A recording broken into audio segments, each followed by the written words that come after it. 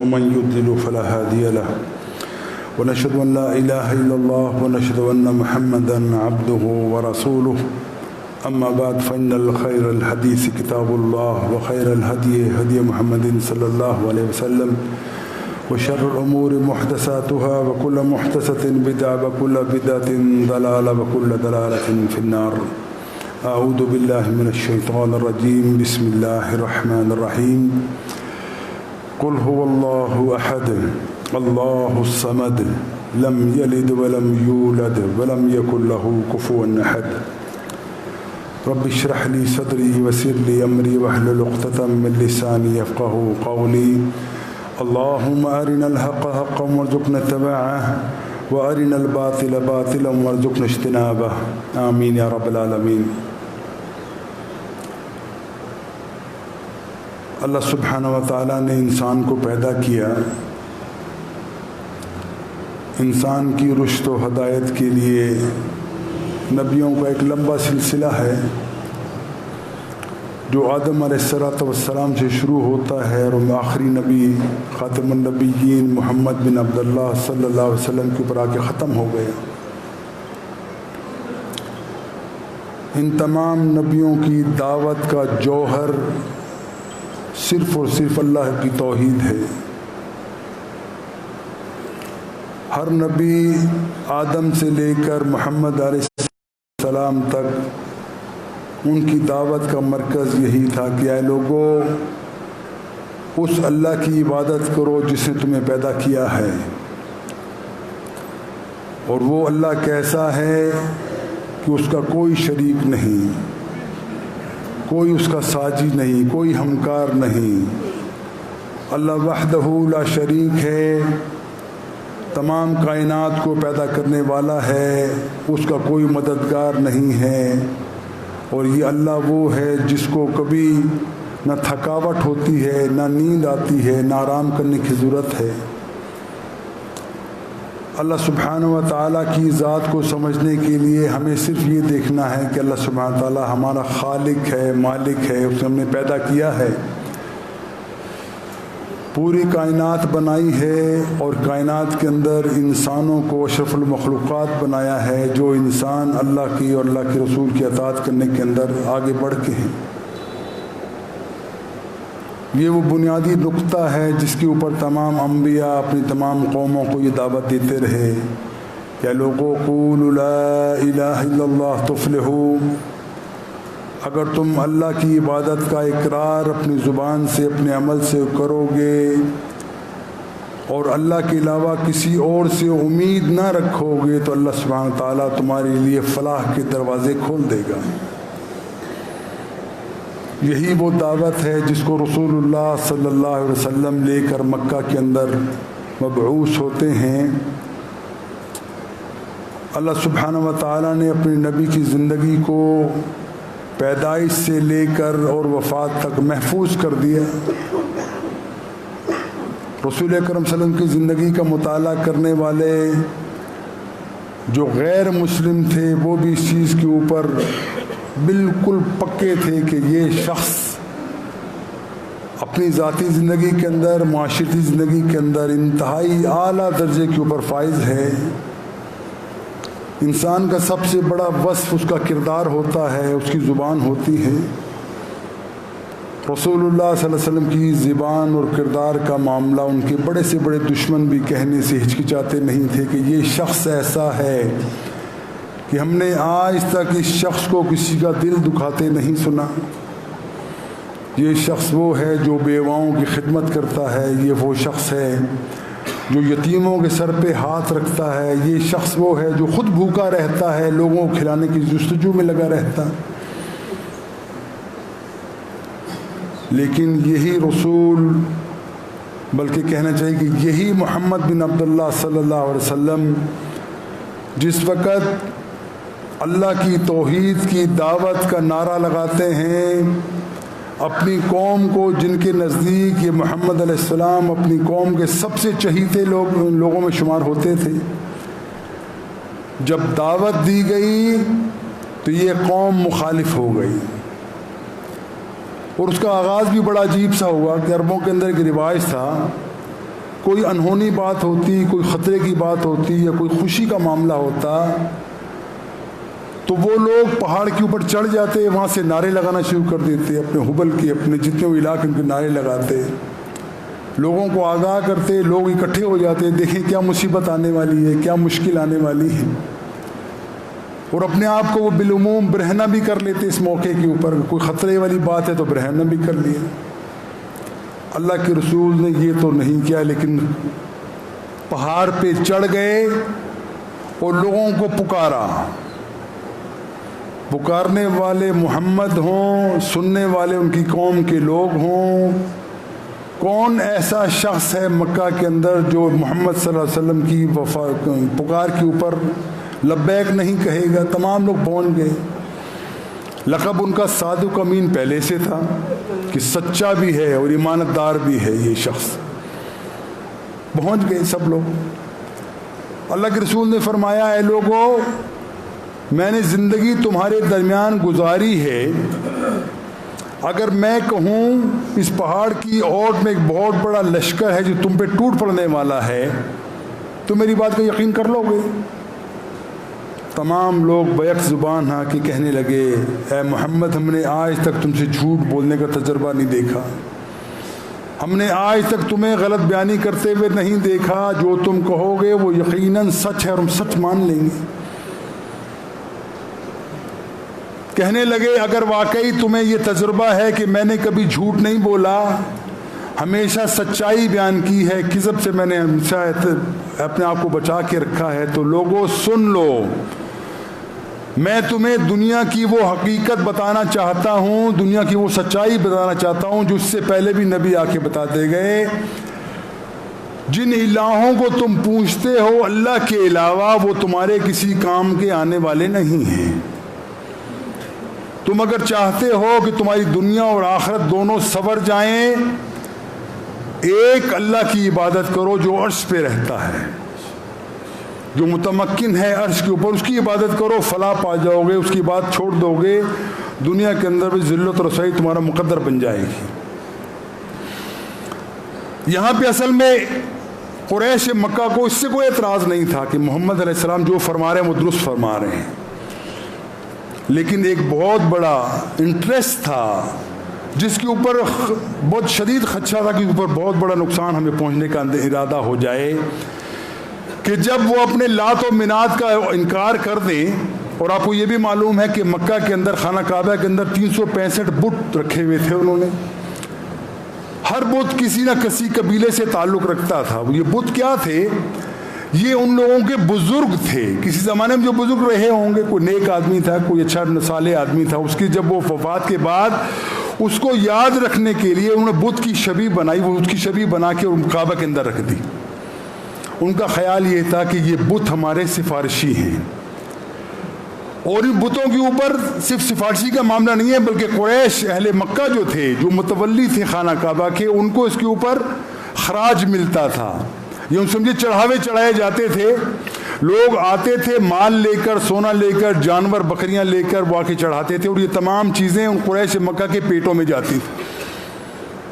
عقیدہ اپنی جگہ غلط ہے، اس میں کوئی شک نہیں، لیکن ایک بہت بڑی دنیاوی مصلحت بھی تھی کہ ان کو یہ تمام چیزیں، اگر وہ ایک اللہ کی توحید کا اقرار کر لیتے تو یہ تمام چیزیں بند ہو جاتی، اور یہ کس وقت ان کو منظور نہیں تھا۔ ان کی چودراہٹ قائم ہی اسی وجہ سے تھی کہ ان کے پاس تمام لوگوں کے بت، ان کے بزرگوں کے بت یرغمال کے طور پہ رکھے ہوئے تھے۔ ان لوگوں کو شدید غصہ آیا کہ محمد، ہم نے سوچا تھا کوئی اچھی بات بتائے گا، کوئی نیکی کی بات بتائے گا، کوئی بھلائی بتائے گا، تو نے تو ہمارے الہوں کے خلاف بات کر دی۔ ہمارے الہ ہیں، ہمارے معبود ہیں، ہم ان کی عبادت کرنے سے پیچھے نہیں رہ سکتے، انہی کی وجہ سے ہماری زندگی کا، روٹی کا دھندا ہمارا چلتا ہے، ہم ان سے کیسے پیچھے ہوتے۔ تمام لوگ جو اللہ کے رسول سے شدید محبت کرتے تھے، ایک دم سے نفرت کے انگارے بن گئے وہ سب لوگ۔ رسول اللہ صلی اللہ علیہ وسلم کی عداوت کا جو معاملہ شروع ہوا وہ عرصہ دراز تک چلتا رہا، اور 13 سال تک اللہ کے رسول صلی اللہ علیہ وسلم اپنی قوم کو یہی دعوت دیتے رہے کہ اے لوگو، اللہ کی اطاعت کے اندر آ جاؤ، اللہ کی عبادت کرنا شروع ہو جاؤ، اللہ تمہارا ہمکار بن جائے گا۔ لیکن کوئی بھی نہیں مانا۔ ماننے والے کون تھے؟ بچوں میں حضرت علی تھے، جوانوں میں عثمان تھے، اللہ کے رسول کے جو وہ تھے ہم عمر کے لوگوں میں سے حضرت ابوبکر رضی اللہ تعالیٰ عنہ کی ذات تھی. اس طریقے سے کچھ اور لوگ تھے، کچھ غلاموں کی ایک بہت بڑی جماعت تھی جو رسول اکرم صلی اللہ علیہ وسلم کے ساتھ آ کے مل گئی تھی، کیونکہ اللہ کے رسول کی زندگی کا طرز عمل دیکھا تھا انہوں نے کہ کس طریقے سے یہ غریبوں اور بیواؤں کی اور یتیموں کی مدد کرتے ہیں، کس طرح لاچار لوگوں کا دست بازو بنتے ہیں. وہ ان کے ساتھ شامل ہو گئے. اور یہ 13 سال کا عرصہ انتہائی تشدد کا، انتہائی تکلیف دہ جو رسول اکرم کے ساتھ پیش آیا. صرف صحابہ کے اوپر تکلیف کا معاملے نہیں آئے بلکہ رسول اللہ صلی اللہ علیہ وسلم بھی ان کے ساتھ شامل تھے ہم معاملے کے اندر. لیکن اللہ کے رسول نے کبھی سمجھوتا نہیں، اللہ کے رسول نے کبھی یہ نہیں کہا کہ میں اپنی دعوت سے پیچھے آتا ہوں. ابو بکر کے بارے میں ابو طالب کے بارے میں یہ بات کہی جاتی ہے کہ وہ اللہ کے رسول کو ہر معاملے کے اندر تعاون کرتے، ہر معاملے کے اندر تعاون کرتے، کوئی مشکل آتی وہ ساتھ ہوتے. ایک دن قریش مکہ نے کہا ابو طالب تمہارا بھتیجا ہماری قوم کو ٹکڑوں میں تقسیم کر رہا ہے، ہمارا وہ جو پورے عرب کے اندر ہمارا جو ایک گھمنڈ تھا کہ ہم طاقتور ہیں وہ ہماری طاقت زائل ہو رہی ہے. تو جا کے محمد سے کوئی بات کر، کوئی شرائط پیش کرتے ہیں، ہم جو کرنا ہے وہ کر لو تاکہ اللہ کے رسول محمد جو ہیں وہ اس دعوت سے باز آ جائیں، تفرقہ بازی نہ ڈالیں، ہم لوگوں میں نفرت نہ ڈالیں، جو معاملہ چل رہا ہے اس کو چلنے دیں. 3 چیزیں پیش کی. پہلی بات محمد صلی اللہ علیہ وسلم سے کہا گیا کہ اے محمد اگر آپ چاہتے ہیں آپ کو قبیلے کا سردار بنا دیا جائے ہم راضی ہیں، سب راضی ہیں. اور اس کے اندر اللہ کے رسول کے چچا بھی ہیں، عتبہ بھی ہیں، شیبہ بھی ہیں، ابو جہل بھی ہے، یہ تمام لوگ شامل ہیں. پیش کیا کہ تم سردار بننا چاہتے ہو سردار بنا دیتے. اگر محمد آپ یہ چاہتے ہیں کہ آپ کے پاس مال و دولت نہیں ہے، مال و دولت لینا چاہتے ہیں، تمام مال و دولت آپ کے قدموں میں ڈال دیتے. اور اگر کسی خوبصورت عورت سے شادی کرنے کی تمنا ہے، جس پہ انگلی رکھو گے ہم تمہاری شادی اس سے کروا دیں گے، لیکن کام کیا کرو، یہ کام چھوڑ دو، تم یہ توحید بیان کرنا چھوڑ دو، تم اس سے ہمیں تکلیف ہوتی ہے، ہمارے تمام منصوبے وہ تلپٹ ہو جاتے ہیں، تم یہ کام چھوڑ دو. ان کا خیال یہ تھا کہ یہ جب یہ بات سامنے رکھی جائے گی تو اب بھی بڑی عظیم بات ہے، یہ سردار بنا دیا جائے، مال و دولت دے دیا جائے، وجاہت کی دنیا چیزیں ان کے سامنے پیش کر دی جائے، کون اس کو رد کرے گا. لیکن رسول اللہ صلی اللہ علیہ وسلم سے محمد بن عبداللہ نہیں ہیں، وہ اللہ کے رسول بھی ہیں، وہ پیغام لے کر آئے ہیں، اللہ کے رسول کے فرستادہ ہیں. انہوں نے کہا ہے چچا میرے ایک ہاتھ میں سورج رکھ دو، ایک ہاتھ میں چاند رکھ دو، میں پھر بھی اس بات سے کبھی باز آنے والا نہیں. یہ وہ اللہ کے رسول کی زندگی کا مشن تھا. اللہ کے رسول تمام مسلمانوں کو ایک اللہ کا بندہ بنا کر گئے تھے. لیکن آج ہم دیکھتے ہیں بھائیو ہم اسی رسول کے ماننے والے ہیں، اور جو کام قریش مکہ نے کیا تھا وہی کام آج مسلمانوں کے اندر بدستور جاری ہے. میں نے آپ کو بتلایا کہ وہ لوگ کیا کرتے تھے، بت بناتے تھے اپنے اولیاؤں کا، بزرگوں، جن کو وہ ان کے نزدیک وہ سمجھتے کہ ہمارے بزرگ ہیں، یہ نیک لوگ ہیں، ان کو بت بنا کے ان کے سامنے وہ اپنے آپ کو بچھاتے بھی تھے، ان کے سامنے جھکتے بھی تھے، ان سے منتیں اور ان کی تمام چیزیں مانگتے بھی تھے. بالکل آج وہی معاملہ ہماری دنیا کے اندر موجود ہے. اللہ کے رسول فرماتے ہیں کہ مجھے شدید خدشہ ہے کہ میری قوم بھی شرک کے اس گہرے جنگل کے اندر دوبارہ کھو نہ جائے. اور آج آپ دیکھ لو جتنے بھی مزار بنے پڑے آپ دیکھ لیتے ہیں سب جگہ پہ ہیں، چاہے وہ گولڑا والا ہو، چاہے وہ بری امام ہو، چاہے وہ داتا ہو، وہاں پہ کیا ہے، کسی نہ کسی بزرگ کی قبر ہے، اس کے قبر کے اس کو بندے کو دفنا دیا، اس سے منتیں مانگتی جاتی ہیں، اس کے سامنے گڑ گڑایا جاتا ہے، اس کے سامنے سر کو جھکایا جاتا ہے، اس سے اپنی تمنائیں کی جاتی ہیں. اور عجیب بات یہ ہے جب عقل اونجی ہو جائے تو معاملہ ہوتا ہے، اپنے ہاتھوں سے دفنایا جاتا ہے، اپنے ہاتھوں سے اس کو غسل دیا، کفن دیا، اس کو دفنا دیا. جب دفنا دیا تو وہ تمہارا اس وقت حاجت روا بن گیا، تمہارا پیر بن گیا، تمہاری مشکلات کو آسان کرنے والا بن گیا. اور کہتے کیا ہیں، ہم اس سے تھوڑی مانگتے ہیں.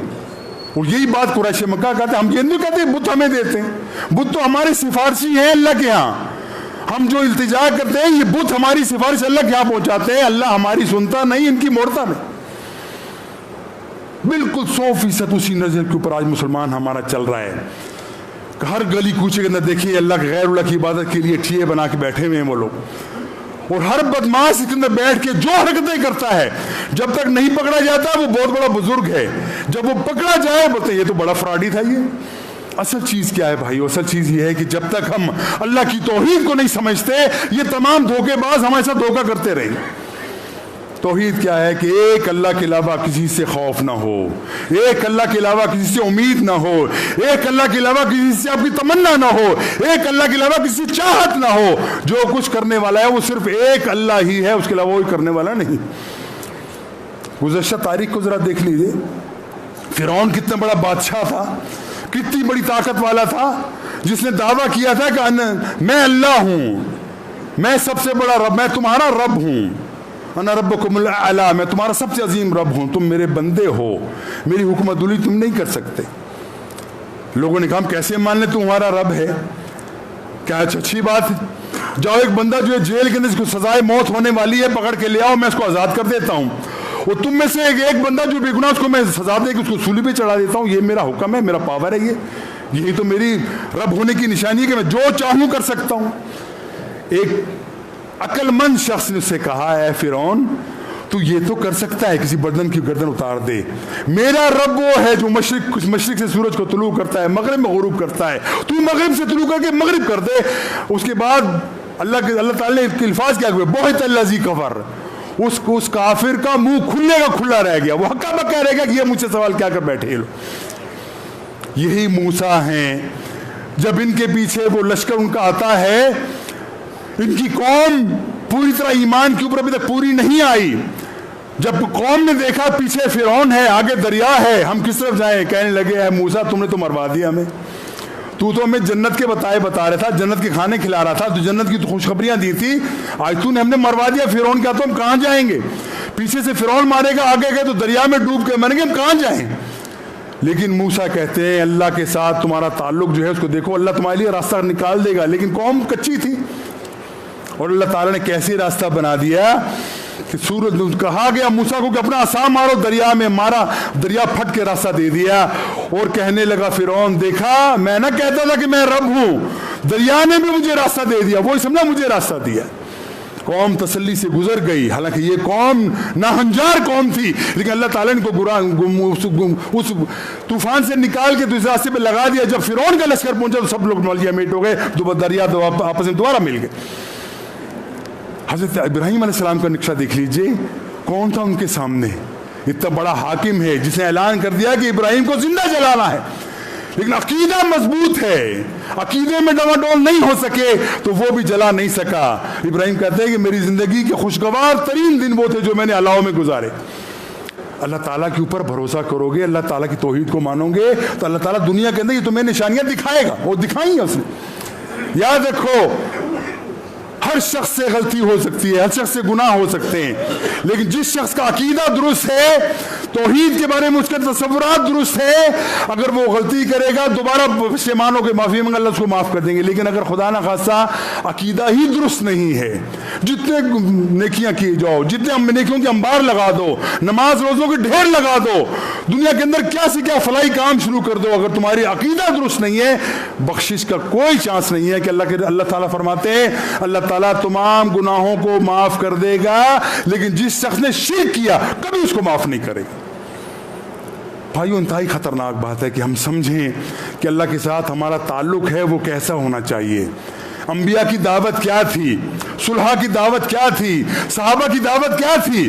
صرف ایک دعوت، اے لوگو اللہ تعالیٰ کے ساتھ ہمیں تعلق کو جوڑ لو، اللہ کے علاوہ کسی کا غم تمہیں نہ ہو، اللہ کے علاوہ کسی سے تمہیں محبت نہ ہو، جو محبت اللہ کے ساتھ ہے ایسی محبت کسی اور کے ساتھ تمہاری نہ ہو، یہی فلاح کا سب سے بڑا راستہ ہے۔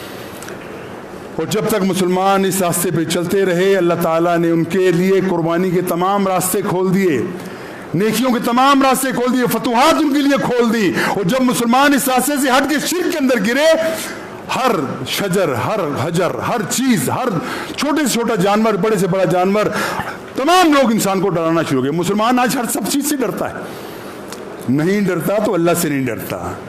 امریکہ سے ڈر ہے، ہندو سے ڈر ہے، خدشہ ہے بھوکے رہ جائیں گے، خدشہ ہے نوکریاں چھن جائیں گی، لیکن یہ خطرہ نہیں ہے کہ اللہ تعالیٰ ہم سے ناراض ہو جائے گا، یہ خطرہ نہیں ہے کہ اللہ تعالیٰ جب ہماری موت آئی اور ہمارا عقیدہ درست نہ ہوا، اللہ کے بارے میں ہمارے تصورات درست نہ ہوئے، ہم دنیا اور آخرت کے خسارے کے اندر مبتلا ہو جائیں گے، اس کا کوئی غم نہیں۔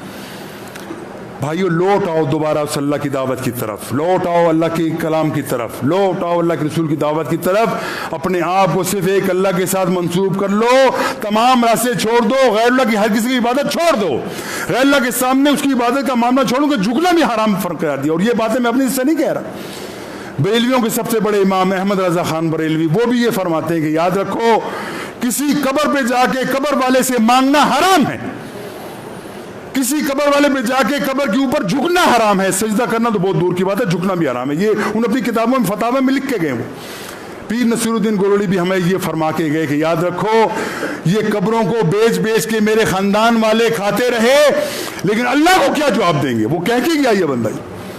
بھائیو ایک اللہ کی طرف امید لگا لو، ایک اللہ سے ڈر پیدا کر لو، اللہ کے علاوہ کوئی تمہیں نقصان نہیں پہنچا سکتا، پوری دنیا کی طاقتیں اکٹھی ہو جائیں تمہیں ایک ذرہ برابر فائدہ نہیں پہنچا سکتی اگر اللہ نہ چاہے، اور پوری دنیا تمہاری مخالف ہو جائے، پوری دنیا تمہاری دشمن ہو جائے جیسے انبیاء کی ہوتی رہی، اگر تمہارا تعلق اللہ کے ساتھ درست ہے کوئی تمہیں نقصان پہنچانے کی سوچ بھی نہیں سکتا۔ جب تک ہمارا عقیدہ درست ہے دنیا کے تمام مسائل آسان ہیں، تمام مشکلیں ہمارے لیے آزمائش کے لیے یقین نہ آتے ہیں، لیکن تمام چیزیں درست ہونے کے لیے جب تک ہمارا راستہ درست ہے، اور اگر ہمارا راستہ درست نہیں ہے بظاہر ہمارے پاس تمام چیزیں موجود ہوں، وسائل موجود ہوں، عقل و ذہانت و فطانت موجود ہو، تمام قسم کی اسلحہ ہمارے پاس موجود ہو، اللہ سے تعلق درست نہیں ہے، یہ اسلحہ بھی کسی کام آنے کا نہیں ہے، طاقت بھی کسی کام آنے کی نہیں ہے، کوئی چیز کام نہیں آئے گی جب تک تم اللہ کے ساتھ تعلق کو جوڑ نہ دو۔ اللہ سے دعا ہے کہ اللہ ہمیں صحیح معنوں میں اللہ کی توحید کو سمجھنے کی، اس کے اوپر عمل کرنے کی توفیق عطا فرمائے۔ وآخر دعوانا الحمدللہ رب العالمین۔